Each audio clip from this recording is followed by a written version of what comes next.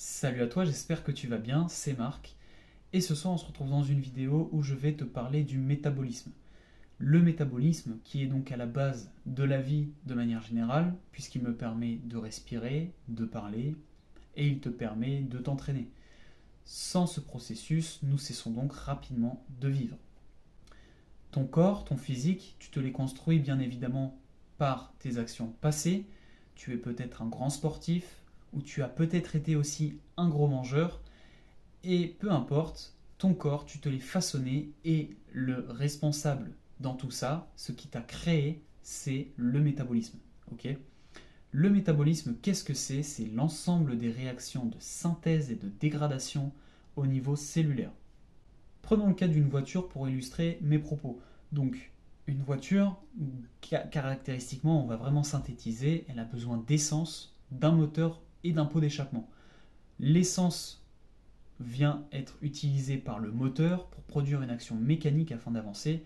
Il en résultera du CO2 et une déperdition d'énergie sous forme de chaleur. D'accord ? Pour le corps, c'est exactement la même chose. Nous allons consommer nos aliments vont être transformés, vont être utilisés, soit synthétisés, donc ils vont être utilisés comme les protéines afin de croître, faire la croissance musculaire, ou bien ils vont être dégradés afin de produire de l'énergie sous forme d'ATP. ATP, la molécule adénosine triphosphate. J'en ai fait une petite vidéo afin de t'expliquer ce principe essentiel. Je faisais bien évidemment donc une courte introduction sur le métabolisme. Donc plus concrètement, les réactions de synthèse, ce que l'organisme vient créer au sein de la cellule, ce sont donc des phases anaboliques. D'accord ? On va parler de synthèse, et la synthèse, c'est un processus anabolique. On vient créer.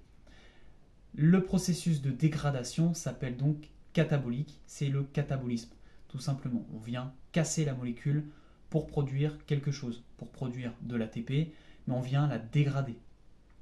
Donc, la cellule, elle a deux options.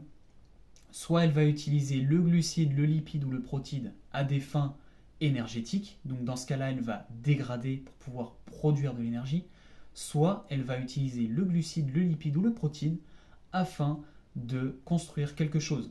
Le glucide sera principalement stocké sous forme de glycogène, le glycogène que l'on retrouve dans nos muscles, afin de pouvoir produire un mouvement. Le glycogène, c'est une source d'énergie principalement et rapidement utilisable pour l'organisme puisque c'est une forme de stockage de glucose. Le glucose qui est un glucide, d'accord ? Pour les lipides, c'est donc le même sort. Soit ils vont être utilisés à des fins de structure, comme les eicosanoïdes, une partie, donc un type de lipide qui caractérise la structure des cellules, la membrane des cellules. On retrouve deux couches de cellules d'eicosanoïdes dans la membrane cellulaire. Je referai des vidéos peut-être un peu plus descriptives sur les lipides, les protides et les glucides si jamais ça t'intéresse. Je ne vais pas spécialement rentrer dans les détails dans cette vidéo. Et les protéines, c'est la même chose. Soit la protéine sera utilisée à des fins structurales, on va donc la retrouver à travers la construction de nos muscles. Elle peut être aussi fonctionnelle, comme le cas de l'hémoglobine, une fonction donc de transport de globules rouges.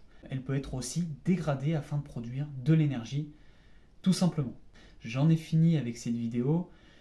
Si elle t'a plu, n'hésite pas à me le faire savoir en laissant un petit commentaire ou en likant la vidéo. N'hésite pas surtout à me poser des questions, je me ferai un plaisir d'y répondre en vidéo si ça peut t'aider.